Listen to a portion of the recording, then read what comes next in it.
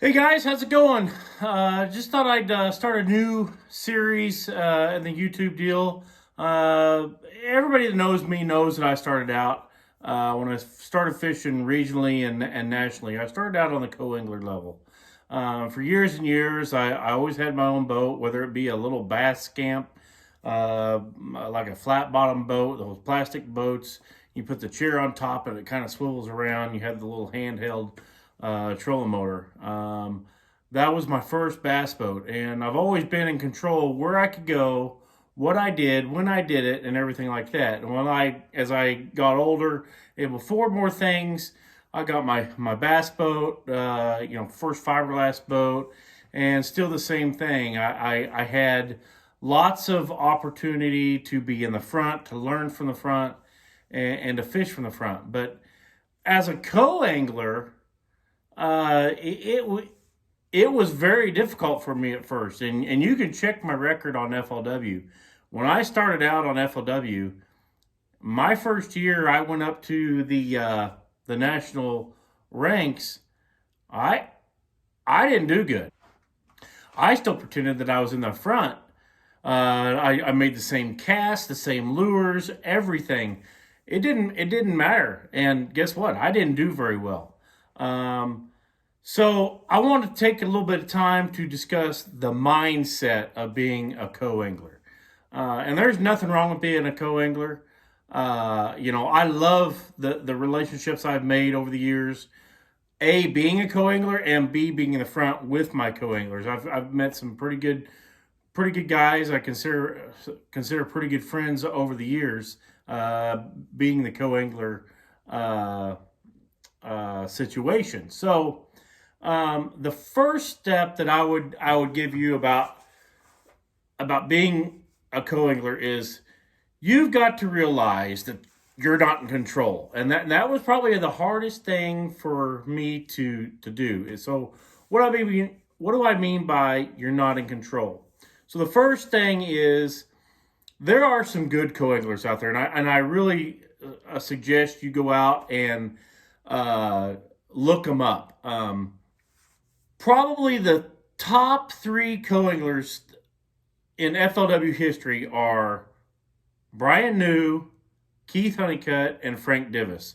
By far, those three are the best out there, and they do stuff that puts them in the right position at the right time to catch fish. Now, what I mean by that? So, and you're in the back of the boat, and you've been in the front of the boat fishing your whole life. You can't approach it the same way. So, what do I mean by that? So, let's just think about it like this.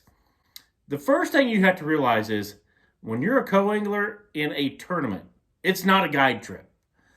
And this may piss a lot of people off, but that's just the simple facts of it. It's not a guide trip. They are not there to make sure you catch fish. I've tried to do that before. I've tried to help my co-angler catch fish. I've told him what to throw, where to throw, when to throw. And more often than not, the guy doesn't want to do what you want to do. The guys that adjust and do whatever it takes to do are the ones that are usually successful. So, what do I mean by that? Let's say you're a co-angler. You've drawn David Dudley, one of the best guys I've ever encountered in the boat, but as a co-angler, to and him being a pro. It was so amazing watching this guy fish that I was totally amazed how he picked apart the water. David Dudley is a vacuum cleaner, and if you can catch fish behind him, congratulations, you've done a great job. You caught on to something that he hasn't figured out, and that's really hard to do. So what did I have to do? I had to do stuff a little bit different. David was going down the bank. He was sight fishing. I was trying to pick anything off that was not sight fishing. I didn't realize we were sight fishing until probably about 10, 11 o'clock in the day, and we had to weigh in at 2. So when I first figured this out, I was like, hey, he's doing all this, going down the bank a million miles an hour. Why don't I do something just a little bit different? And so while he was going down the bank pretty quick, I was able to throw like a Cinco out the back. And when I say out the back, I'm not saying straight out the back. But there are guys that do that and do very well. Maybe not with a Cinco, maybe with a big jig or something like that and dragging along the bottom. But what I was able to do is I was able to hit these targets. He was looking for bait and fish. He wasn't really fishing. He was just going down the bank. Now, in the end of the day, after we got up, the sun got up and everything, and we got out on some main lake points, I was able to throw like a shaky head, which I had no clue how to throw back then. This was back in the early to mid 2000s. I don't even know what a spinning rod was. I lived in Joplin, Missouri, and my home lake was Grand Lake. I mean, we just didn't pick up a spinning rod back then. It was just something you didn't do. If you wanted to win a tournament, you power fished. And as a co-angler, you can't power fish from the back of the boat as proficiently as you can from the front. So the biggest thing I can tell you to do is you have to get bites, and you have to do something different to get those bites. Now, I'm not saying that you can't ever throw a crankbait and you can't ever throw a spinner bait or whatever. There are times you can do that. Count them as blessings if that's the way you like to fish, because they don't happen very often. Now, the other thing is fishing from the back of the boat that you have to realize is you don't have the same angles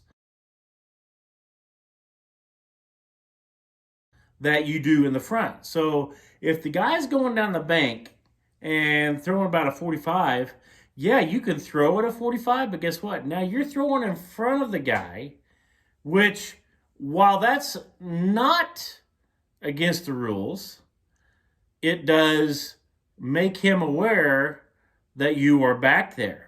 And if you make him aware of you, then he's going to react to those casts. So when you were 10 feet or 20 feet off the bank, now you might be half that distance. Or just at a little bit worse angle to get now you can't throw up there unless you're basically hitting him with your line. And you don't want that. You can get the same 45-degree angle, cast him to the back of the boat.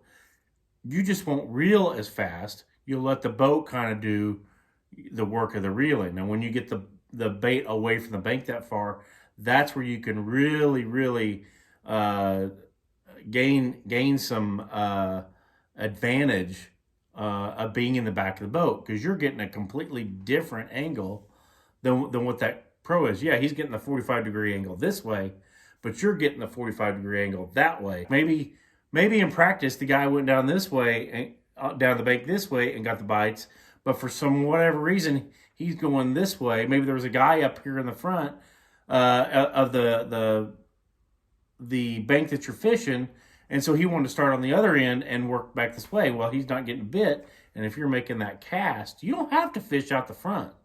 That's like one of the worst things I could ever tell somebody is throw out the front. The best thing to do is straight out or to the back, or even straight out the back and drag something. But get a different angle. Now, you have to realize this is not a guide trip. He's not out there to let you catch fish. That's not his job. His job is to catch fish. His job is not to keep you from catching fish. But guess what? If he doesn't catch a fish and you catch it, that means he missed something.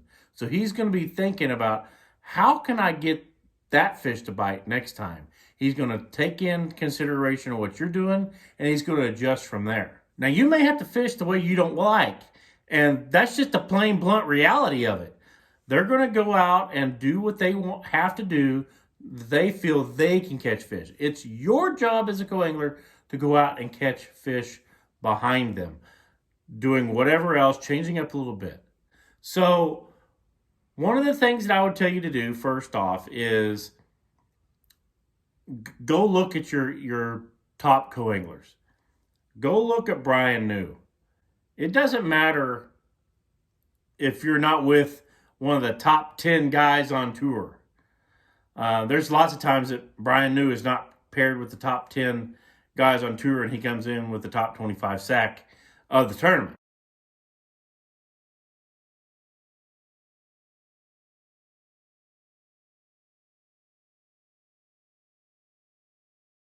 Nine times out of 10, there are reasons that you're not catching fish beyond that you weren't with the right guy.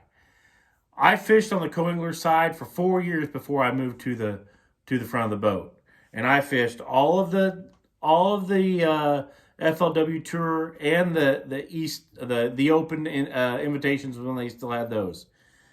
There's only one time that I can remember in all of those tournaments that I haven't looked back and said, wow, I was not around fish. Only one time. The other times it was, man, maybe I should have tried this, or maybe I should have tried that. There, like I said, in 4 years there was only one time that I ever felt that way.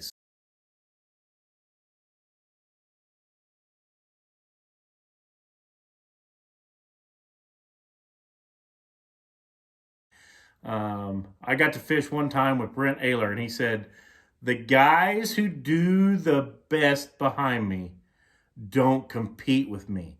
So don't compete with your pro. You want to just fish what he's not doing. If he's throwing a fast bait, throw a slow bait. If he's throwing a slow bait, maybe you want to throw a fast bait.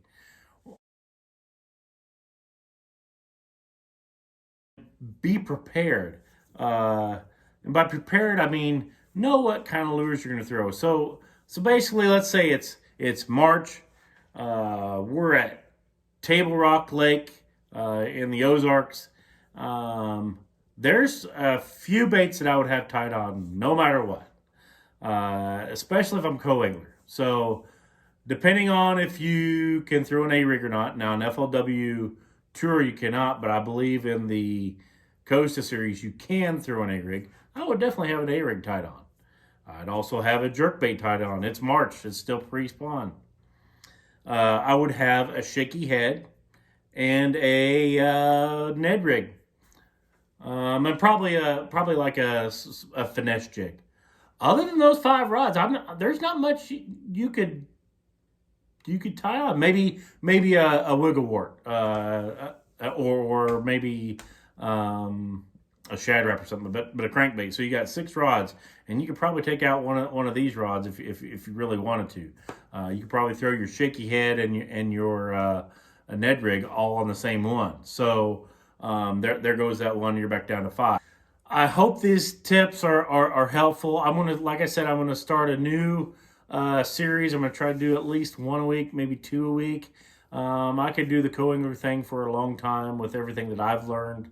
Some of the guys that I've fished with, some of the guys I've fished against, other co-anglers, kind of the tips that they taught me. So anyway, I'll see you later. I hope you click the subscribe button below, and hope to see you guys on the water.